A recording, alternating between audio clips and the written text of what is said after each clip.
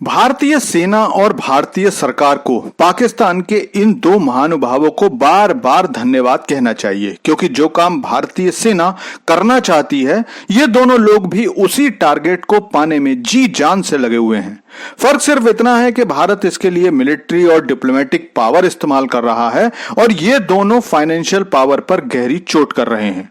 चलिए आपको बताता हूं कि ये दोनों और इनसे पहले इनकी जगह पर जो लोग थे उन्होंने पाकिस्तान की क्या हालत कर दी है।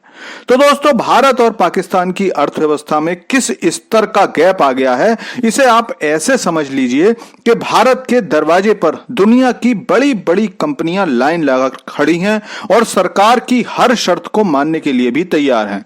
बस उनको भारत में अपना सामान बेचने के लिए सरकार की इजाजत चाहिए। इसके लिए उनके देशों की सरकारें भी बार बार भारतीय सरकार से बात कर रही हैं। वहीं दूसरी ओर पाकिस्तान में भी विदेशी कंपनियां लाइन लगाकर खड़ी हैं जो पाकिस्तान से अपने सारे ऑपरेशन बंद करके जाने की तैयारी कर रही हैं। और अब पाकिस्तान को छोड़कर भागने वाली कंपनियों की लिस्ट में नया नाम पीएनजी का जुड़ गया है। पीएनजी यानी कि प्रॉक्टर एंड गैम्बल। इससे पहले पाकिस्तान से अमेरिकी कंपनी शेल, माइक्रोसॉफ्ट के अलावा उबर, फार्मा कंपनी इलाई लिली और यामाहा मोटर्स भी अपना सारा कारोबार समेटकर भाग चुके हैं। आए दिन अंतर्राष्ट्रीय मीडिया इस तरह की खबरें देता रहता है और ऐसा नहीं है कि इन कंपनियों में किसी एक सेक्टर से जुड़ी कंपनियां ही हों। इस लिस्ट में फार्मा कंपनी है, ऑयल कंपनी है, ऑनलाइन टैक्सी सर्विस देने वाली कंपनी है और यामाहा जैसी कंपनी है जो अपनी बाइक्स के लिए पूरी दुनिया में मशहूर है। लेकिन सबसे बड़ा आश्चर्य इस लिस्ट में पीएनजी का नाम जुड़ने से हुआ है, क्योंकि पीएनजी जो सामान बनाती है वो एक साधारण घर में इस्तेमाल होते हैं।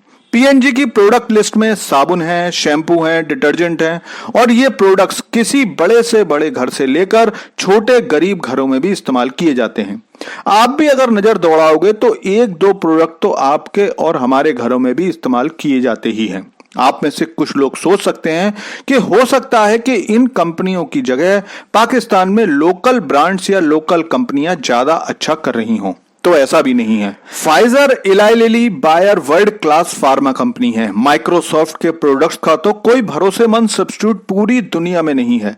इसी तरह यामाहा के लेवल की ऑटो कंपनी भी पाकिस्तान में नहीं है। तो अब सवाल उठता है कि फिर भला ये कंपनी पाकिस्तान का बाजार क्यों छोड़कर जा रही हैं, जबकि पाकिस्तान की पॉपुलेशन लगभग 25 करोड़ है। तो दोस्तों, इसकी वजह वहां के लोगों की गिरती परचेजिंग पावर है। लोगों के लिए अपना जीवन यापन करना मुश्किल होता जा रहा है। ऐसे में वो बाइक, महंगी दवाइयां कुछ नहीं खरीद पा रहे हैं। पाकिस्तान की गिरती अर्थव्यवस्था का हाल यह है कि अगस्त 2025 में पाकिस्तान का कुल एक्सपोर्ट पूरा 2.5 बिलियन भी नहीं था। अगर एग्जैक्ट बताऊं तो यह आंकड़ा केवल $2.4 बिलियन था। 2024 में पाकिस्तान की बेरोजगारी दर 8% थी, मतलब 100 में से 8 लोगों के पास काम नहीं था और जो लोग काम कर रहे थे उनमें से बहुत सारे लोग भीख मांगकर अपना पेट पाल रहे थे। 2024 में एक रिपोर्ट आई थी जिसके बताया गया था कि गरीबी के कारण बहुत सारे लोग विदेशों में भीख मांगने जाते हैं। सऊदी अरब, यूएई, मलेशिया, इंडोनेशिया लगातार भीख मांगने वाले पाकिस्तानियों की भीड़ आने से परेशान है और आए दिन वो अपने देश से इन लोगों को जबरदस्ती डिपोर्ट भी करते रहते हैं।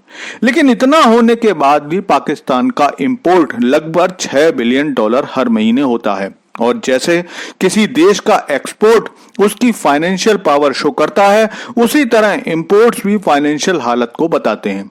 जैसे भारत के कुल एक्सपोर्ट्स अगस्त 2025 में लगभग $70 बिलियन रहे थे, जबकि इंपोर्ट्स लगभग $80 बिलियन था। और यही वजह है कि दूसरे देशों की सरकारें और कंपनियां भारत में एंट्री लेने के लिए लाइन लगाकर खड़ी हैं।